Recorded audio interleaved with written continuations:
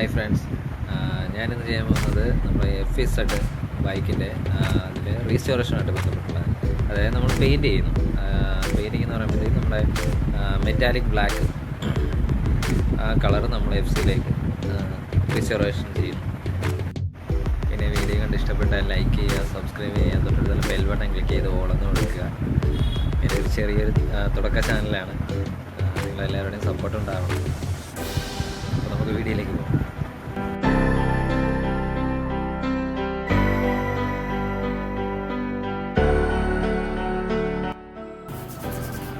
അപ്പോൾ അതിനു വേണ്ടി നമ്മൾ ആദ്യം ചെയ്യേണ്ടത് 320 വാട്ടർ പേപ്പർ കൊണ്ട് നമ്മൾ ഈ പഴയ പെയിൻറ്റിൻ്റെ മേലിൽ നല്ല രീതിയിൽ പേപ്പർ ഇട്ട് സാൻഡ് ചെയ്ത്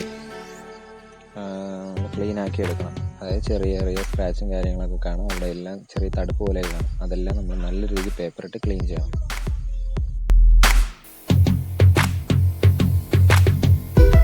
പിന്നെ നമ്മൾ ചെയ്യേണ്ടത് ഇതിൻ്റെ മേളിൽ ഒരു പ്രൈമർ കോട്ടൊക്കെ ചെയ്യണം. അതിനുവേണ്ടി നമ്മളിവിടെ എടുത്തിരിക്കുന്നത് PS ഗ്രേ ആണ്.